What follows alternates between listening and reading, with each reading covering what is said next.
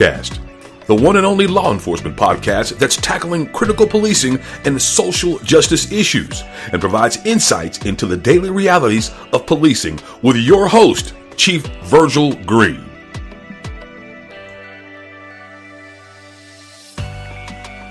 Now at 10, breaking barriers in Bexar County. Kathryn Brown will be the first Black woman to serve as constable. The Bexar County Sheriff's deputy won the race for Constable Precinct 4. All new tonight, Eyewitness News reporter Henry Ramos spoke with the constable-elect about this new chapter. If it wasn't for Dr. King. Kathryn Brown wanted to be interviewed at this spot, Martin Luther King Park. He paid the ultimate sacrifice for people to look at me as a viable candidate. Brown, who has never spent a day in politics, won her first race on Election Day. I was like, yes. I did it. She will serve as the new constable for Precinct 4. She will be the first African-American woman to hold this position in Bexar County. To be quite frank with you, I'm wondering why hasn't it happened up until now? Brown is a mother, two-time cancer survivor, and is a sergeant with the Bexar County Sheriff's Office. She has worn this badge for 19 years. Yes, I have to protect, but I also have to serve the community. Constables are responsible for serving warrants, handling evictions. Brown says evictions are top of mind right now for her constituents. It is something she heard a lot about on the campaign trail. They're wanting to know what type of resources we have. They don't want to see an angry constable arrive at their home. They are already angry. Brown says a challenge for her in this new role is the fact that she is a woman. For some people, it takes some getting used to, but they're going to love me. They're going to love me. Henry joins us live outside the Precinct 4 Constable's office. Henry, what can constituents expect from her? Aaron, bottom line, she wants the residents here in her district to know that they're going to have a listening ear and someone who thinks outside the box. She also wants to motivate and incentivize the officers that will work under her here at the constable's office starting in January. Brown will be sworn in on December 31st. We're live tonight outside the Precinct 4 Constable's office. Henry Ramos, KENS 5, Eyewitness News. Hey, I want to welcome you to another live episode of You and the Law podcast. I am the host of the show, Chief Virgil Green. And as always, I want to thank you for taking the time to tune in and enjoying tonight's podcast with my guest, Constable Brown. And let me bring her on the screen right now. We have got a celebrity joining the podcast, everyone. Oh, my God. Oh, I'm going to kill Michelle. She didn't tell me this part. She didn't tell you everything, huh? No, she didn't tell me everything. No. Well, don't take it out on her. You know, hopefully she is listening. Because a friend of yours, like I said, she reached out to me on LinkedIn and told me about you, and I looked you up, and I was like, hey, yeah, this is somebody who definitely needs to come on the podcast. And to talk, I mean, you are a trailblazer. I mean, and thank you. And you know, that clip that I showed was what now, maybe 5 or 6 years ago. Yeah. We're working up on 5 now. Yes, yeah. sir. Yeah. And so, you know, becoming the first Black female in is it Bexar County, right? That is correct. Yes, sir. Bexar County. Okay. Bexar County, yes. Yeah. And so, I mean, you're no strangers to law enforcement. You've been in law enforcement 19 years. So, yes. Tell me and the listeners about you and what got you into law enforcement, and we'll kind of go from there. You know what, Chief Green, I never thought I'd see this day, you know, because you know, the trials and tribulations that I had with ovarian and breast cancer kind of like put a damper on it, you know, kind of puts a damper on things in a sense that, you know, I started late in the game. At the time I was married to my husband and he got stationed at Lackland. I had a travel agency at the time. So I had been in the travel agency for about 10 years and such. And so when we moved to San Antonio, that was right when 9/11 came about, you know, when all the crisis was going on and such. And people weren't flying. People were afraid to fly. People were, you know, the business of the travel industry was drying up at the time. So I went to a job fair, and I've always been athletic. coming up and such. And so the sheriff's office was there, and they were thirsty for females, and I was thirsty for a job. Uh-huh. And literally, the written exam led to the physical agility assessment, to the oral interview, to the background, and here I am 25 years later. Started out at the sheriff's office, spent 19 years there at Bexar County, and I am now working on my 5th year as constable here in Bexar County. And Chief Green, I'm sure you will identify with this, being a chief and having to recruit your troops, but to find a person that has been 25 years at one establishment is rare, right? It is. It is definitely rare. It is. It And I is. pride on that. I Yeah. pride on that. Yeah. Yeah. So you spent 19 years before running for constable. Yeah. It was a What- dare. So somebody dared you to do that? I had my behind on the political action committee because I'm a true activist for this field and for this career, and for people seeing our worth, right? Uh-huh. And so you could never shut me up because I'm always trying to advocate for an officer, whether it be, a single dad that's trying to get a different shift, because he has kids and they have daycare and they need special concessions, to, somebody not getting paid what they're worth. So it was one night we had a meeting, and there happened to be a constable here at this entity that did not have their peace officer license, but he was getting that coin from the community, Oh, wow. as an elected official. Uh-huh. So they asked me, they said, hey, well, why don't you just run for office there? Because at that time I was on the political action committee. My job was to find somebody, not to step into the role Not to step into the role. Yeah. so, so I said, I'll find somebody. Don't worry, I got you. I'll get somebody. And long story short, they said, what's wrong? You scared? And when you're sitting at a table with about 10 guys, and you're the only female, right? And they said, are you scared? I had to show up. Oh yeah. You could not sit there and say, no, I'm not. but and I'll say this, to have men say, hey, what are you scared of? That showed right there that that you had leadership skills, that you were somebody that they saw who could be in that position as a Black woman. That's crazy, because I never saw this coming, Chief. I never Well, especially saw when this you say you go from being a travel agent to being in law enforcement. And I mean, this is a career field where you can work at Taco Bell and end up finding yourself in a career in policing. Yes. So I mean, and so it to say that, oh, I have to go to school to be in law enforcement, that's not true.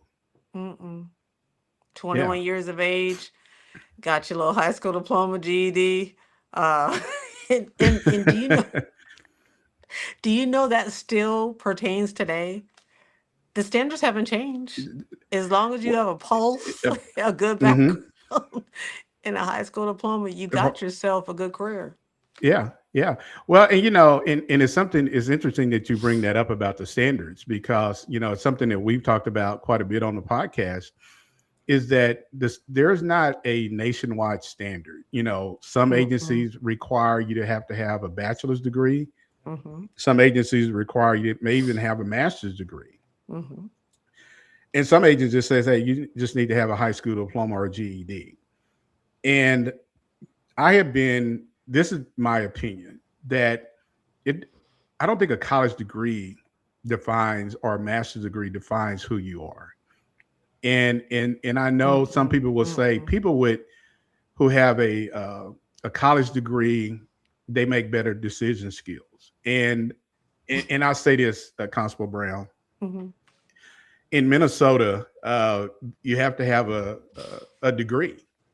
And we've seen what happened in the Minneapolis area back with George Floyd. There was an officer who had a degree who still made bad choices and decisions. And so I use that in others around the country to say, here's people who by all accounts, have the education and the skills to not make those bad decisions. But you have a lot of people who don't have those degrees who don't find themselves making those poor decisions. I was a recruiter, the very first recruiter for the Bexar County Sheriff's Office ever in the history. Oh, wow. And I decided to take the initiative to start that platform for Bexar County because I was tired of maybe having too many people with degrees that's making dumb decisions, or people without degrees that, just didn't have the mindset to be in policing. Yeah. So I was on average looking at 800 applications a month. And I will tell you that it was probably, I'd be honest with you, the ones that did not have a degree, let's just say, yeah, They were most of the ones that did not have a degree, that were fresh out of high school, college, or the basic peace officer course, made the best officers. Yeah. They really did. We were able to groom them and teach them. They didn't come with any bad habits, as being Yeah. a police chief. You get somebody from some type of gypsy cop, and Yeah. they finally get them, and you got to reprogram them. Yeah. And that's So, hard to do, yes. especially with individuals who, if they have been around for a little while, they have kind of got set in their ways, and Yes. they can put on a good face and say, oh yeah, I can do that. But then at some point they're going to revert back to some of those bad habits, and that causes a lot of problems for the agency. So it's good that you do bring that up, because being a constable, so for those who don't know what the role of a constable is, because it's big in Texas, and I think Arkansas may have constables. Let our audience know, what is your role as a constable? I always say law enforcement is just like the medical field. You have a doctor, and there's various specialties of, being a physician, correct? Same thing with law Yeah. enforcement. You may be just, in a law enforcement career field or path in which you're just getting for a call for service type of agency, right? Well, we're not a call for service type of agency. What we basically do is we have to enforce civil and criminal law. And what that is that we're the message, not the messenger. We have to adhere to the order of a judge. So when that order comes down from the judge to affect an eviction, we have to execute that. Yeah. So And then unlike, you become the bad person. yes, and every Like- call, let me tell you, you guys got it easy. I swear, I'm not playing. You guys got it easy because when you guys get to a call, you have the ability to possibly diffuse that situation. I don't, Yeah. because they're on 10. Yeah. I knock on that door, it's a wrap. Yeah. They They already know what's going to happen. exactly. And it doesn't really give you a lot of flexibility, because No. you have an order from the court.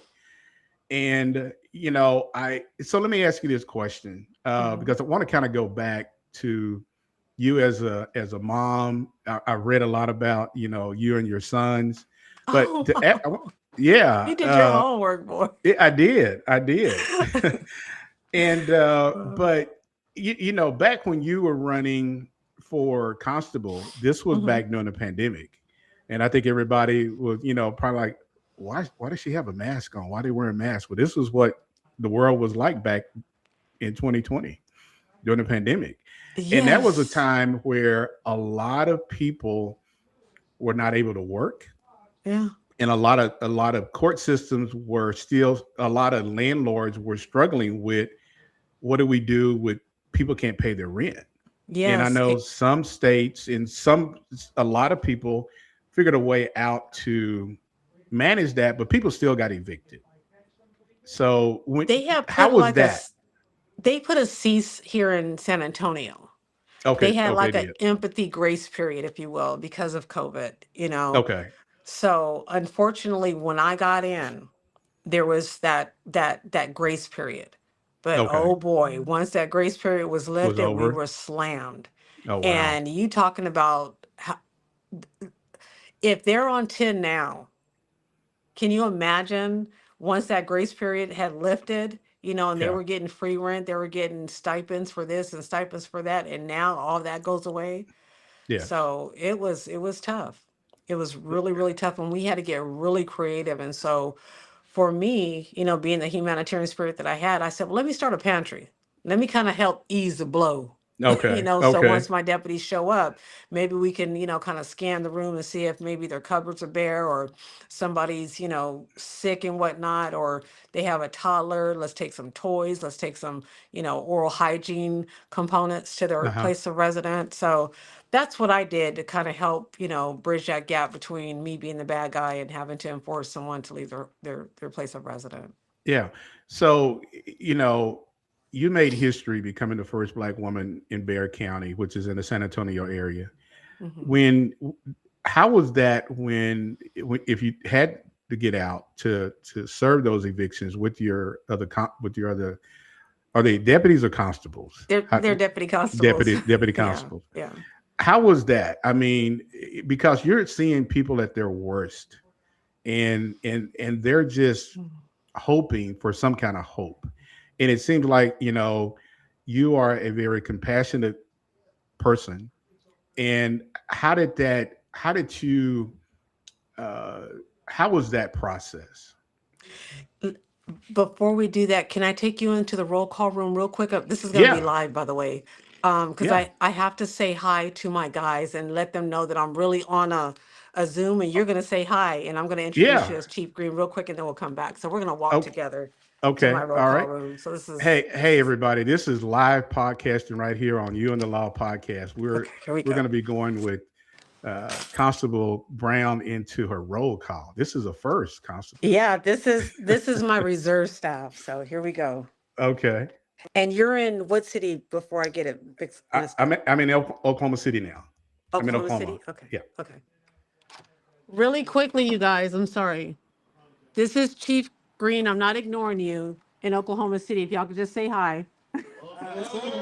Hey guys, how you So, guys doing? All I'm not right. ignoring Hey. you. I'm really doing something that's productive. So I just wanted to share that. All right. It's a pleasure meeting you all. Pleasure to meet y'all. And then come on, Biggie. Come on. And that's my little service dog. Oh, okay. Little Biggie. Okay, here we go. Man, that was great. That was great. Awesome. Yeah. Yeah. So, I had asked you the question about, I mean, you're a mom. And I think Mhm. before anything that you do, the woman in you comes out. And Mhm. then there's a service part. So Mhm. how did you manage that? Because like you said, Drawback. a lot of community service programs had really kind of dried up. Mhm. There wasn't a lot of money, and there was probably some organizations that did have some kind of financial assistance. So did you encounter where you basically said, hey, how could we really help this person or other people? So yeah, we didn't really have a budget, if you will, for the community incentive programs and such. And it was a time in which everybody was struggling, like you said. What I did was every man in there that got a beard, they got to pay. Hmm. Yeah. So my no shave went to a community funding to give back to the community. Oh, wow. That's great. Yes, Yeah. yes. Yeah. And so That's that thinking was, outside of the box. yes, sir. So that was for the active duty ones, the ones that were getting paid. So those guys in there, the reserves, they give a Uh-huh. gift card once a month, $25. And I teamed up with Lasagna Love, and we take the gift cards and we buy the ingredients to go give lasagna throughout the community. The Lasagna Love gives us certain families that are in need of a hot meal. We cook it Oh. in office. We cook it right here Hmm. in my kitchen, and we go Okay. deliver it. Oh, So wow. the no shave funding that I got for the guys who wanted to wear facial hairs, we took and bought toiletry items, hygiene things, Pampers, toys for the kids, bikes during Christmas. So, I just had to come together with my troops, and we all collectively started pitching in. Yeah. Well, I have to say this, and I think there's a difference in certain branches of law enforcement. You got municipal, you got county, you got constables. got troopers, and I think it's really unique that what you did back then just really showed your connection to the community. Yes, sir. And the fact that you're in this to help people and not to punish people. And I know it's and this is one of the things that I've told officers throughout my career is that, we could be that person on the other side of that door tomorrow. And That's how would right. we want somebody to treat us on this side of the door? So just remember Yes. that. Yes. And so because it can happen. And Yes. I think, a lot of officers will say, well, this is what I'm ordered to do. And I'm like, well, you know what? You have some discretion. Mhm. Use that discretion. Try to help that person out, because guess what? At some point, that person is going to come back and say, thank you for Mhm. what you did. So, And it's like it's really crazy. Now my my oldest son is 40 years of age. And so everybody in there can be my kid, you know what I mean? So yeah. I Yeah. find myself being that mama. And what I've learned, and even at the sheriff's office when I was a sergeant there, I can put some paper on you and the next day just love on you. I Yeah. don't take it personal. And Yeah. they'll say, Constable, how you gonna give me some paper and then act like ain't nothing happened? Nothing happened. Yeah. Yeah. I said, because I don't hold no grudges. Yeah. Yeah. It's all business, Yeah, yeah. Yeah. So I tell them, I said, you can hold a grudge if you want to, but business is gonna keep on going on. Yeah. I have to have structure. Yeah. I'm really big on structure in progressive disciplinary action. I really, really am. And Mm-hmm.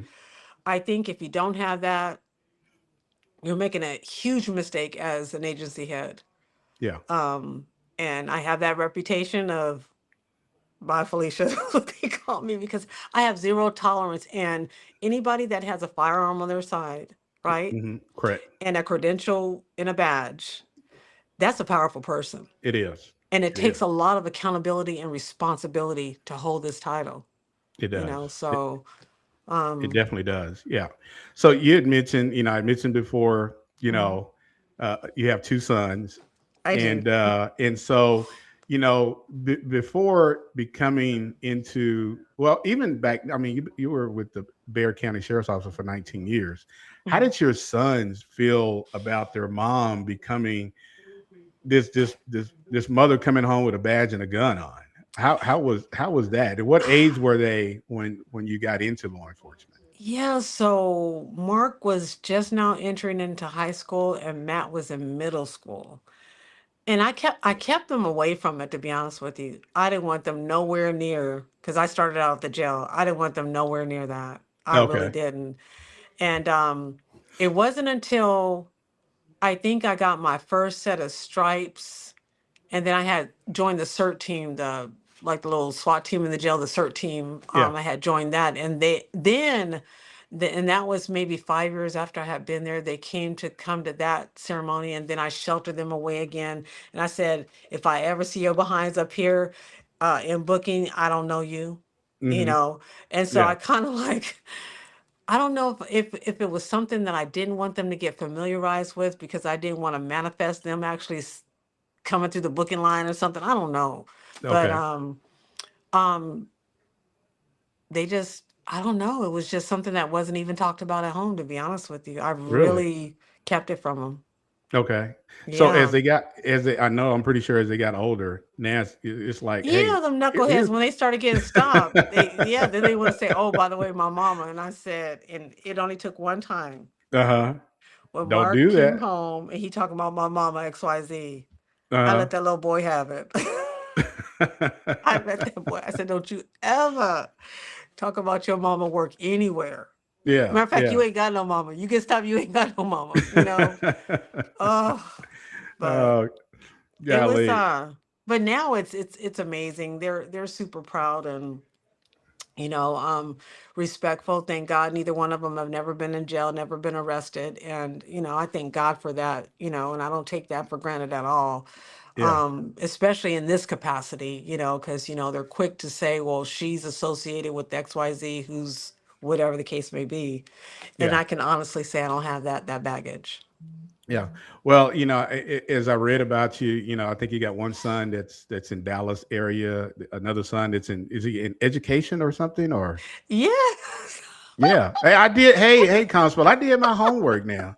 You know, Yeah. as I Yeah. got to reading, I'm just like, I mean, here's somebody who was not in law enforcement, got in law enforcement, and and I don't know how comfortable you are. I know you talked about it on that interview, but you are a cancer survivor, Yes, and that sir. is just something that I think we And I'll we take have my all little dealt. thing. I'll show you. Okay, we have all Speaking of dealt me with being a that in our cancer. families. So this is my little cancer shrine in my Oh office. wow, great, yeah. So yeah, So you all got my the pink, little. you got the pink patches there. Yes, sir. That's all my little cancer stuff, and then of course I have my little survivor deal and up Yeah. here. Mm-hmm. So yeah. Yeah. Yeah. Well, and and that is something that you didn't let that deter you from the drive that you had to follow a career in law enforcement. No, but I will tell you, Chief Green, that it was I was going through my chemo two about a year and a half, 2 years into working at the sheriff's office. And I'll never forget it was bleomycin, cisplatin, and VP16 was the cocktail that I had to have for my chemo. And when I tell you, just being a woman and having a double mastectomy transplant procedure to take all the cancer out, because my mother passed away from cancer and her mother and her only sister, it was weird because I was so embarrassed. Wow. I mean, I kept my jacket on. I didn't want nobody to see, exposure or something that resembled a breast or whatever the case may be. Yeah. I lost all my hair, so I was bald headed at the time going through chemo. Mm-hmm. But that's when I was down at Wilford Hall in the basement getting my chemotherapy treatment, and I was studying for corporal, and I made my first set of stripes. Oh, wow! Congratulations. Yeah. Yeah. Yes, sir. Well, and again, you didn't let your health, even though it was a lot of challenges, but you just didn't let that, take over. That is correct. Yes, sir. Yeah. Yeah. And this, you're in San Antonio. You said you came to San Antonio because your husband then was in the military. Hmm. It reminds me as I'm talking to you about a movie that I saw, and I want to say it may have been based on a true story. It was a young black lady who was in the military. She found out she had cancer. Hmm. She ended up having to, and I think her mother passed away from cancer, Hmm. and so it's just her and her dad. And Hmm. so now her father had to relive what he had experienced with his wife, and so did the daughter because she had been diagnosed with cancer. And so it is something Hmm. to, my mom had cancer. She had, her breast removed. I've got Oh, sisters who, I gotta you send know, her a pink patch. well, my mom, she passed away Oh, several I'm years ago, sorry. Hmm. but I had my sister went through the same. One of my sisters went through the same thing, and she's still, she's a cancer survivor. But it is something that impacts all of our families. No matter Yes. what color you are, you're going to be impacted by it. And And the killer. so, go ahead. Oh, go ahead. I'm sorry. No, go ahead. No, it's funny that you mentioned that because there is a genetic test. And I also learned that ovarian cancer is related to breast cancer.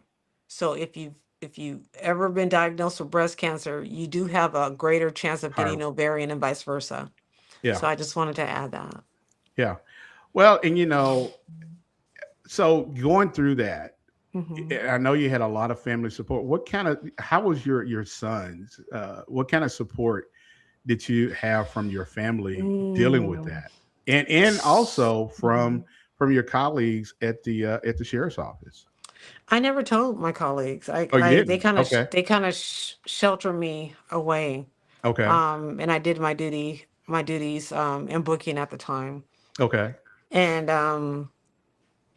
yeah, it wasn't until um well, let me go back to my son. So my son, the oldest one, was at University of Houston, and that's when me and the dad was, getting ready to split up and such. And so he ended up dropping out of college to come home and take care of me. Oh. Because his little brother was still in school and whatnot. Mm-hmm. And um, it was some trying times during that time because I was not really capable of having the support because my mother had passed away, her only sister had passed away, my father had died. So, and I was in Texas with nobody. Oh, You know, wow. me and my kid's father were, you know, had our separation going on Uh-huh. at the time. So it was a dark, lonely time in my life in which I was like, God, dog, like, really? Yeah, yeah. This is what we doing? Like Yeah, this? yeah. But I needed that time to self and I needed that time to develop the strength. And God knew what he was doing. God got a funny sense of humor. You know that? He said, I'm gonna park you behind. Well, you know, and it's you know, and this is something I know you're a woman of faith, and this is Yes. something that we all it's kind of like you ask yourself this question: why me? You know, you know, what did I do? Mm-hmm. And you're not going to get that answer right then. Mm-mm. I It know may be, now. yeah, yeah. So yeah, But so go ahead. No, no. So now I'm like, okay, that's why that. And that, you know, you start putting the pieces at 59 years old, you start thinking back, and you're like, okay, that happened because of that.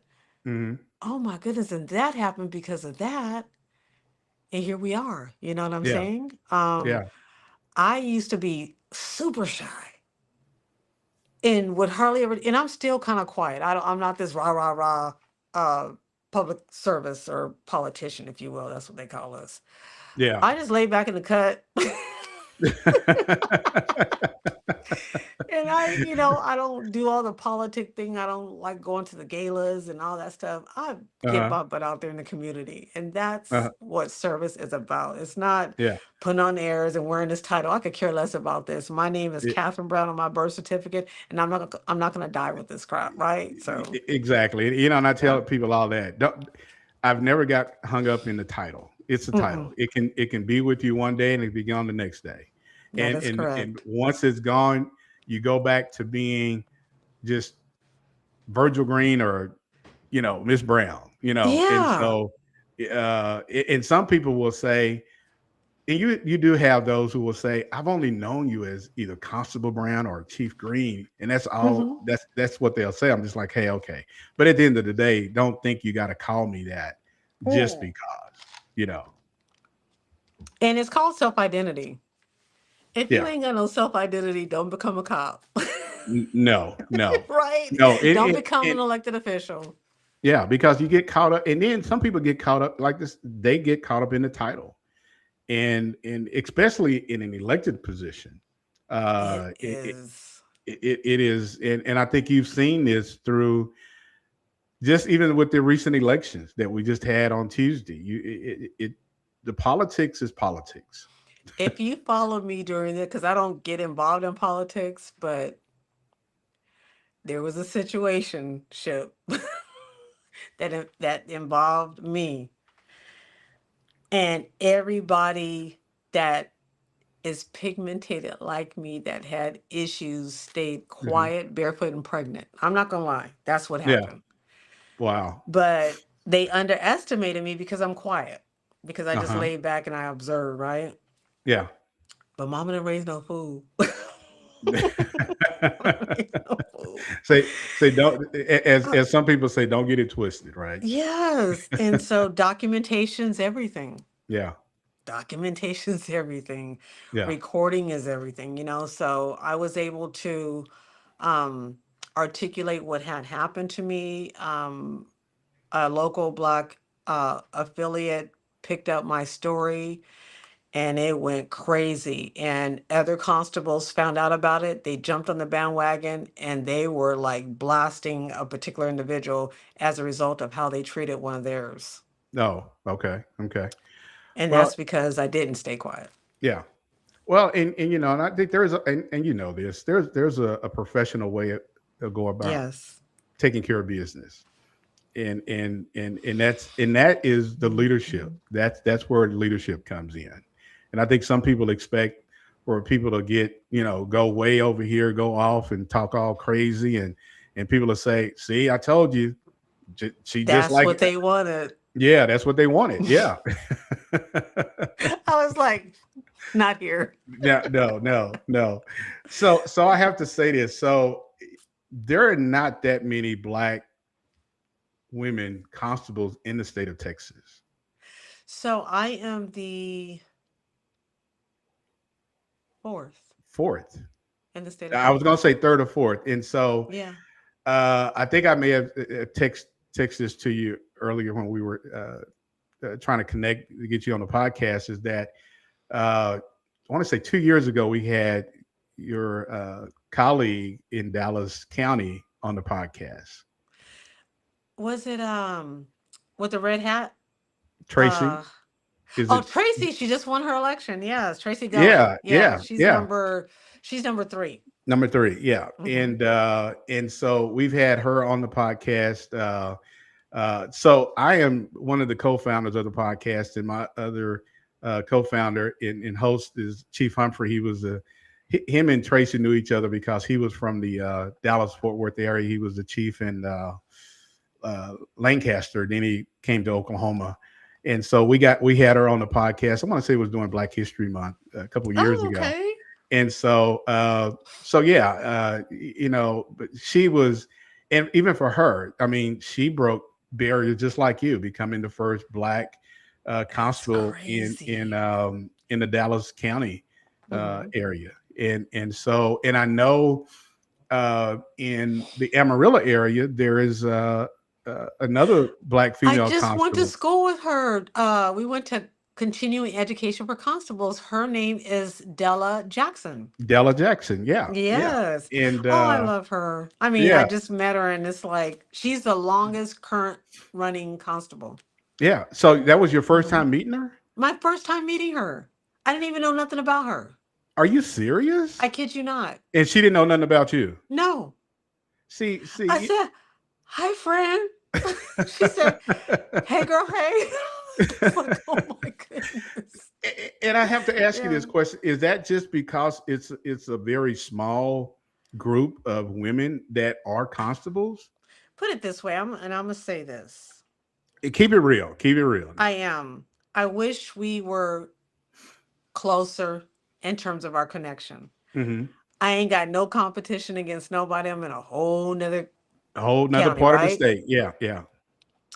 I made this video, and I had Tracy. I had what's her name up in Austin. I had the lady, and I had all the constables, all the Black ones, except for Jackson, the one that I just met, Della. Okay. Nobody never told me about her. I showed everybody the video. Everybody saw the video. Nobody never said, "Constable Brown, you missing one of us." Yeah. I didn't find this out until I went to my in-service in Round Rock here recently, about a week ago. And I said, did you just get elected? And she says, "No." I said, "I made a video of all of us."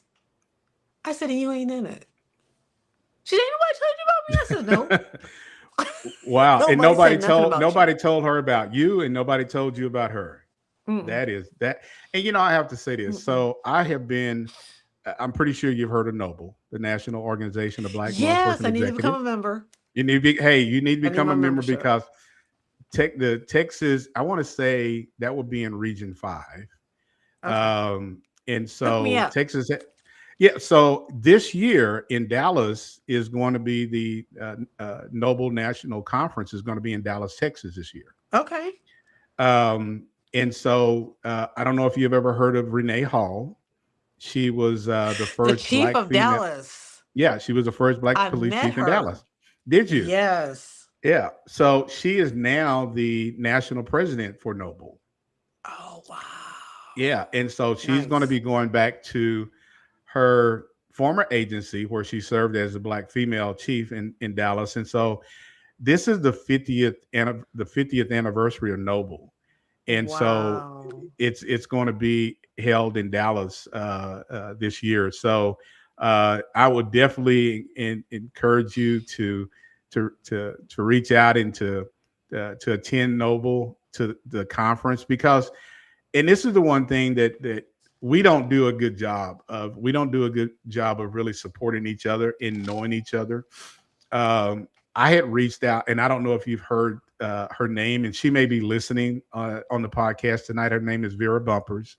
She is she's a former police chief out of Houston with I want to say with Metro Transit Police. Name is Vera Bumpers, and she's also one of the former national presidents for Noble.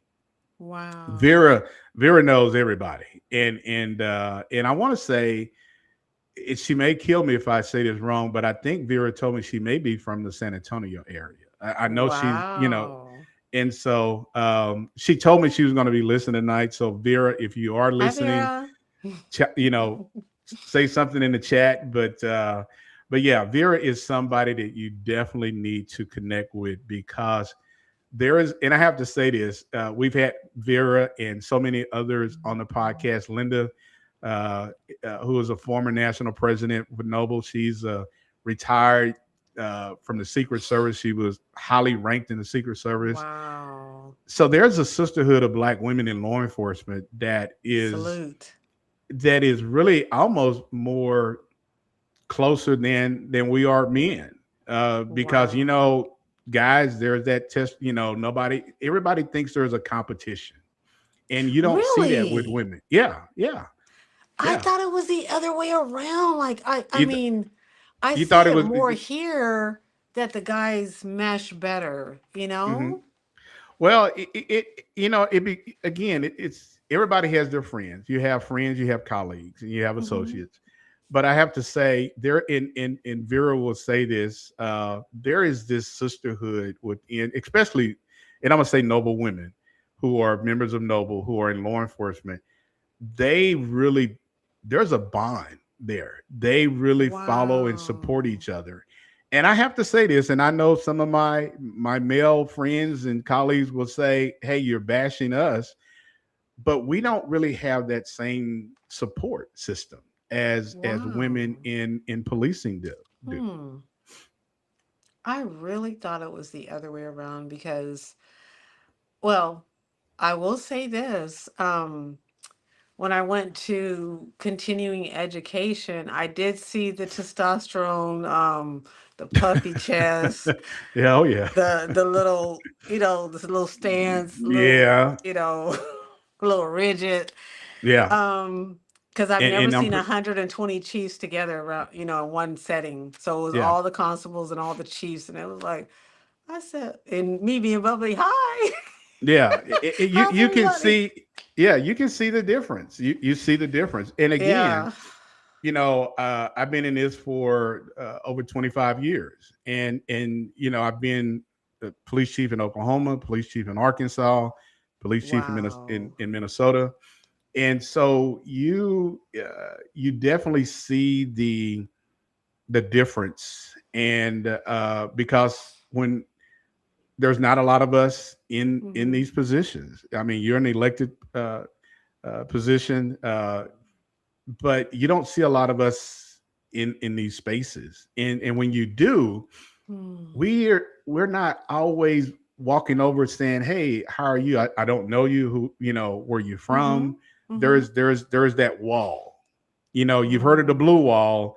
We even have our own blue wall within the Black community in policing. Yes, that is freaking crazy. It is, and I have to say this, and again, I think I've seen Vera go to other chiefs, other female chiefs, their swearing-in ceremonies. They really connect with each other, and you don't see that in the male. With the male police chiefs. And I've got a comment in the chat, and let me see who's on the chat. It is Mr. Campbell, who is listening on LinkedIn. He says preach. So Mr. Campbell probably knows what I'm talking about. But yeah, it is something that we do not really support each other. And I even being I've been a part of Noble since 2000 because I served as the chapter president for Oklahoma for about 5 or 6 years, about 6 years. And even in Noble, there's something there that shouldn't be there. That it's almost kind of like, if you're not here, you're here. And that is something that really needs to change, because at the end of the day, we all need to be supporting each other. We got the same license. Yeah.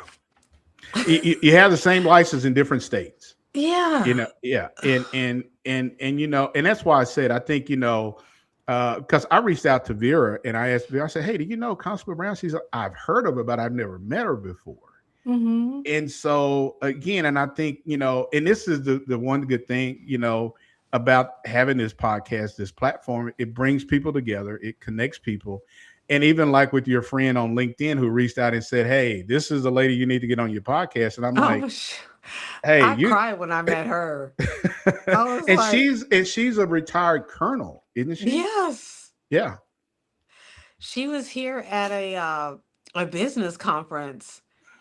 And we just locked eyes. I said, I don't know, something about the spirits connected or something. She acknowledged that I was, breaking barriers, and she had broke barriers. And I was like, oh, what you mean? Well, we just embraced. And, yeah, it was amazing. Yeah. And I'm pretty sure, and I'm, here you are embracing another female who served in the military. Oh, yeah. You're serving in law enforcement.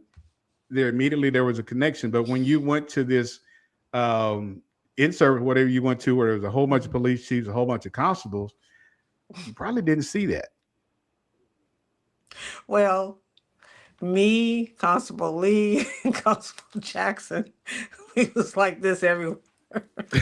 Yeah, because it was nothing but men and maybe another set of females. And so, out of 125, Yeah.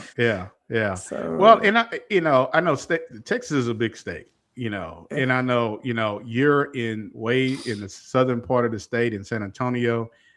Constable Jackson is way up in the northern part of the state in Amarillo. And then you got Tracy, who is in the not too far from you in the Dallas-Fort Worth area. But again, I just think that is something that that we're missing. Yeah, even in black law enforcement. And I have to say, Noble brings a lot of people together. There's well over 3,000, 4,000 members of Noble, from the federal branch to municipal, county. And we had a conference in New Orleans 2 years ago, and it is something because there's a march from the host hotel to a I think Mr. Campbell said that's 210. I don't know, what he put in. That's 210. I don't know what 210 is. Maybe he'll explain to me what 210 is. Yeah. Oh, your area code. Okay. Yes. And yes. So he must be in the Mr. Campbell, is this you? I think he must be in your area. So I've got somebody else who just jumped in on YouTube and said, "Hello, Chief and Constable. I am from San Antonio, Sam Houston high school graduate. I am in SA. Often visit family. Great interview. Keep up the great work, Constable." Yeah. Oh, thank you. Yeah. Thank so we got somebody listening on YouTube, and want to thank you, Queen Bee. So yeah, but yeah, and like I said, there's a march from the host hotel to another venue. There's a ceremony of blessing the badge, and it is something to see Black men and Black women from all different branches of law enforcement marching to that venue.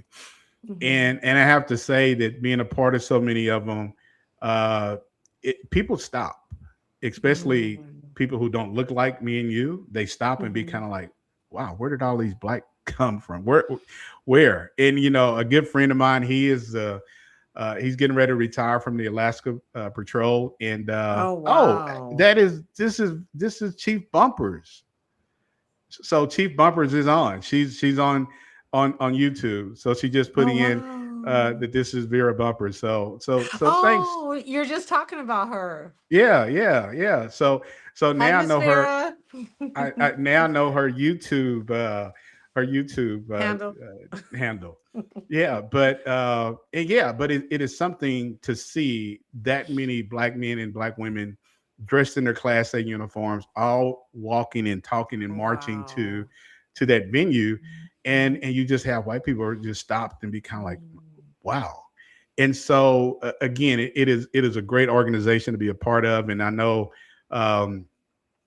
Me and Vera, we had talked about this, and since you're not a member, hey, find out I want to say you're in Region 5, and Vera can correct me if I'm wrong. Please. I'll be And more than happy to sign connect up. and connect with that chapter in that area, and definitely attend the conference this year. So yeah. Oh, But because it's just right down the street. yeah. Oh, yeah. Dallas isn't that far. Yeah. And so, So Mr. Campbell says I've lived in 7 years in San Antonio, retired military, and he's a comedian. A comedian. He's a comedian. He's a retired military, and he's a comedian. And I'm gonna have to say, Mr. Brown, if you're a comedian, I may need to reach out to you because in my hometown, I was born and raised in Hobbs, New Mexico, and so I am a part of our Juneteenth committee, and I'm actually the vice president, and I'm over entertainment. And so I've been looking for a comedian to come and be a part of our Juneteenth festival. So, Mr. Campbell, if you're that good of a comedian, we need to connect now. But since he's in San Antonio, Constable Brown, you've got somebody who's retired military comedian now. Wow. in your backyard. Right here. Right here in the Alamo City. Okay. Yeah. Yeah. So, I know we're coming up on the last, couple of minutes of the podcast, but what did it mean for you when you broke that barrier to become, and were there any early challenges that you had to face when you became that elected constable? I'm working on my third chief. My third chief. So the chief with San Antonio? I'm working on the third chief. That's my number 2. Oh, okay. And the reason being is because much respect given is much respect received. And Exactly. I had to identify with I'm not everybody, my pigmentation is not everybody locally their cup of tea. Yeah. And I had to understand early that when I'm not here, I am holding all of Precinct 4, which is the largest precinct in Bexar County population-wise, in your hands. And when you can't respect me and what I am and what I look like during my presence and my absence, Yeah. it's time for us to agree to disagree. And that Yeah. happened 3 times. Well, 2 times. And then the third one actually did something that was unethical. No, okay. But I'm now on my 4th one. And he's part of military, and I love my military officers. I mean, I love them all, but it just, a lot of them are well traveled. A lot of them, have been around various cultures and such. So we tend to mesh better, if you will. I mean, Yeah. in terms of, the job and such. But I think that was the hardest part for me, to command that respect. And that's one thing that I'll never compromise. Never. Definitely. Yeah. There's a lot of other people that look like you where you can go work at and serve underneath those people. Mhm. I'm not discriminatory, and nor should my chief be. My chief. Yeah. Yeah. So Well, and that was the and I hardest think part. Yeah, and I think that is one of the most disturbing things because racism still exists in this Yeah. profession, unfortunately. Yeah. It's not something that people really want to talk about. They want to ignore it, but it exists and it shouldn't Mhm. exist. And I Mhm. think this is the one thing, and it's disturbing to hear that, but it's just the reality of what we have to deal with as Black men and Black women. That people who don't look like us feel like they don't really need to give that same respect as they would somebody who looks like them. And I'm And okay with that. I know you okay with that too, yeah, but yeah, I'm not in our house, right? yeah, yeah. So Vera said it's in Region 5. Yeah. So Okay. yeah. But yeah, and I think again, you have to have that professional relationship with the police chiefs in those areas, Mhm. because everybody works together. At some point, you're going to be they're going to be assisting you, or you're going to be assisting them. And Mhm. so again, and I just think, and this is the one thing, when you were elected, and I know it was a groundbreaking moment. It was during COVID, Mhm. and probably then it wasn't. And I want to ask you this question before we end the podcast. Mhm. During COVID, you really couldn't have a lot of people together in Mhm. one space.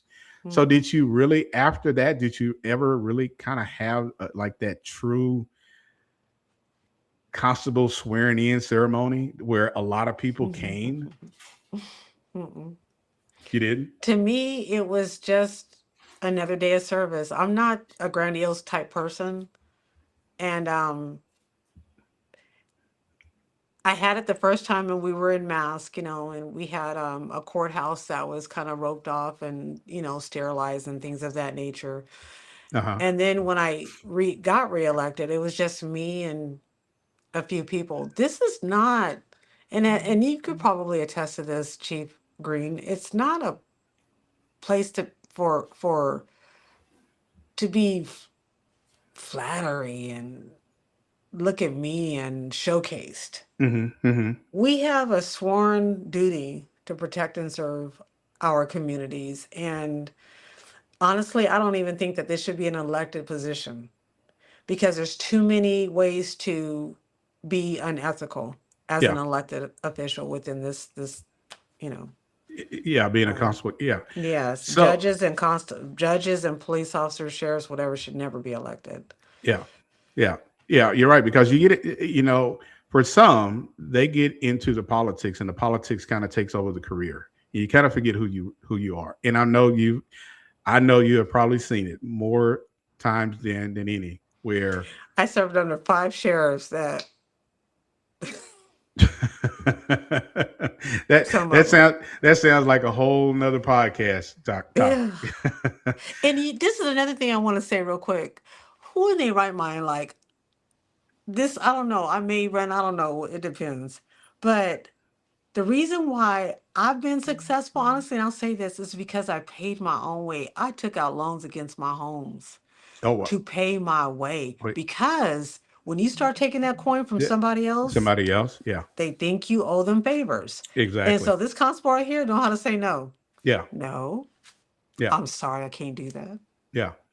And that's good. And again, I think you do find that, especially in sheriffs, it's all about how much money they can bring into their campaign, and then once they do get elected, and then it's kind of like, hey, I owe you something, or you owe me something, and you get lost, and it becomes very political, and so that just kind of takes away from the position itself, and that's why the public has lost so much trust, because they say, okay, now you're just one of them, and And you can ask anybody, she ain't one of them. yeah. And that's good. So how long is your term? What is the term of a constable? So it's a 4-year term, Okay. and I am up for reelection the next presidential election. But I In have 20 something 2028. big coming up. Oh, you do? And Can you share it? hopefully, God willing, no, not yet. Okay, But okay. hopefully, God willing, oh my God, you'll be amongst the first I call. I'm like, did this just land in my lap, God? Yeah. Uh-huh. So Wow. Well, Yeah. when that time comes and you're ready to share what that is, hopefully we can get you to come back on the podcast and talk about it. And because what it sounds like it's pretty exciting. Yeah, if I get it, and if I don't get it, then I'll still share it. Okay. Okay. Yeah. All right, then. So, what do you tell a young black woman who says, "Hey, I want to be a constable. I just want to be in law enforcement." What advice do you have as Constable Brown? I always tell the ladies, please, please, by all means, don't lose your femininity. Yeah. Still get your little hair done, your little nails. Nails. You know what I mean? Yeah. Yeah. Yes. Don't Yeah. lose your femininity. Don't feel like you expressing or showcasing your femininity makes you any less of a productive officer, right? We Correct. all have that side to us, Yeah. but learn when to turn it off. Yeah. Yeah. And I'm sure you've seen that in Yeah. some women. What? Yeah. And I have to say this, and it's good you say that because a lot of women feel like they have to fit in to fit in, and you know what that means, and they lose their identity, and now because it is such a male dominant position and field hmm hmm that women feel like they have to cater to what their sergeants are telling them to do or their lieutenants or hmm whoever, and that goes down a dark path that hmm does not turn out well. And I just read an article on LinkedIn where they were actually talking about that, where you don't mix business with pleasure in law enforcement because it can cause a lot of bad relationships. I could say this. Okay. Okay. In roll call, 50 people behind, whatever. Can't nobody ever say that Constable Brown compromised anything to get any rank, any favors, any nothing. And that's another thing that I tell them. There's always going to be somebody cuter than you, smarter than you, Hmm. coming through the ranks. Yeah. Yeah. So you determine where you want to be. Yeah, exactly. So I've got to Yeah. say this. I've got to say this because I forgot about it. But as we were talking, it just popped in my mind. I've seen you ride a horse. Yes. You were on the mounted patrol. You don't Yes, sir. see a lot. You don't see a lot of sisters getting on a horse riding a horse now. Now in Texas, and I know last week you had told me that you couldn't come on because there was a rodeo. Yes. And so I take it you are a lady who knows how to take care how to ride a horse. Yeah, so I was raised in the Valley of California, and my grandparents Oh had wa- over 100 acres oh in the wow. country. Okay. And we had horses, goats, pigs, So cows. you got some country in you. I got a little bit of country. And so, but when I went to the Mounted Patrol training, these sick fellow officers gave me a Amish horse that wasn't broke, meaning it wasn't all the way trained. What? Yeah. So I was on an episode of Buck the darn sheriff out the horse because he wasn't broke. Yeah. And so I Wow. had Wow. his name was DJ at the time. I said, DJ, look, we got to go along to get along so I can get through this course. But it was such a great experience being on the mounted, and the sheriff Salazar, he wanted to get it back re-implemented when he took office, and I was a Uh-huh. part of that too.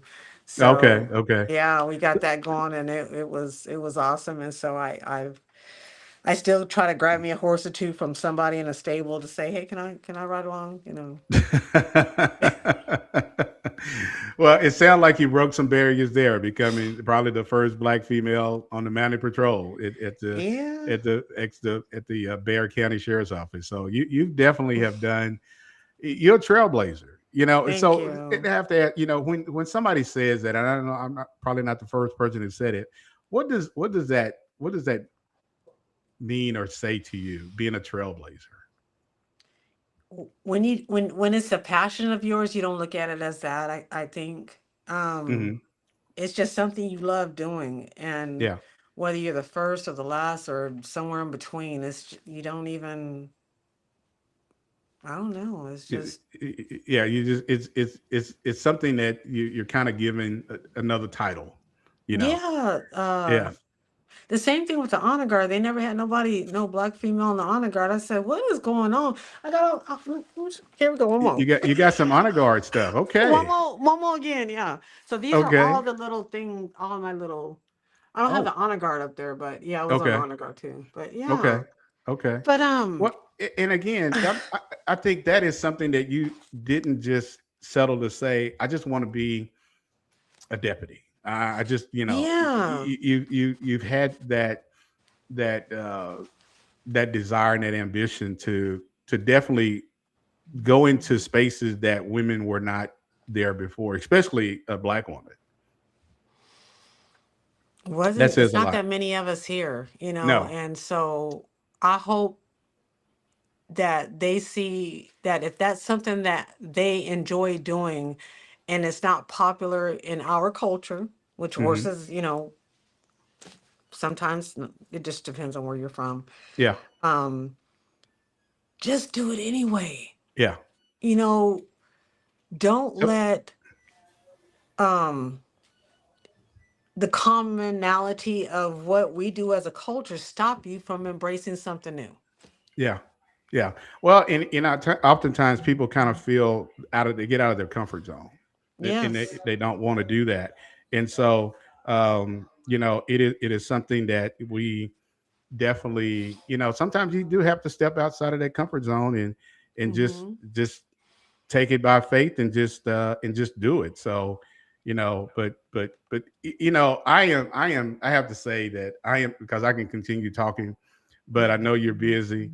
But I'm glad your friend reached out and we connected to get you on the podcast. And I hope Thank you. that this isn't I don't like just doing a one-off. Hopefully I can squeeze you, get you to come back in when time permits, because again, I just think you have so much advice to offer, especially to young black women who, and this, like you said, this isn't a profession that everybody wants to get into. Yeah, it's not, but it's job secure. I'll tell you that much, especially in Texas. It definitely is. And you in Texas, there is a lot of opportunities for people to get into law enforcement. So, because coming from California to Texas, I'm like, you got school police, you got via police, you got hospital police. I mean, I was just floored at how many specialties within law enforcement there is. Well, yeah, you just mentioned, I mean, there is, like you said, you got a school police, you got, SROs, almost every, there is law enforcement there. And it's not like that in every state, And so, as they say, everything is big in Texas. I learned about 3-liter bottles of soda when I moved here 25 years ago. We only had 2 liters. Yeah. Wow. Well, Constable Brown, it has definitely been an honor and a pleasure to have you here on You and the Law podcast, and hopefully this won't be your last time coming on and talking about yourself and just you're a mom. You're I think that's the main thing. Before you're a constable, you're a mom, and you're a part of that community that you're giving back, and that's and they really still important. Say yes, ma'am, no, ma'am. Can you believe that? Your sons? Mm-hmm. Hey, they I'm pretty sure those guys know what to say and what not to say. My babies. Yeah. But thank you for doing the research. That's an honor. Well, again, I like to know about the guests that I have on the podcast, and again, you having an amazing story to tell, and so. But yeah, hopefully you didn't be like, man, this guy's kind of like some. No, it's. I'm gonna get a selfie too. Let me get a selfie. Okay, all right. Hold on, just a second. Let me get a selfie. There we go. 1, 2, 3. Okay. All right.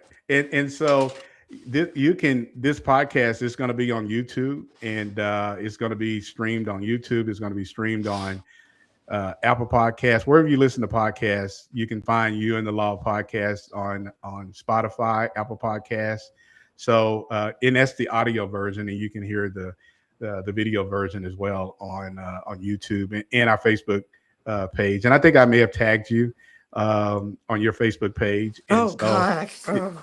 Yeah. So I hate the playback.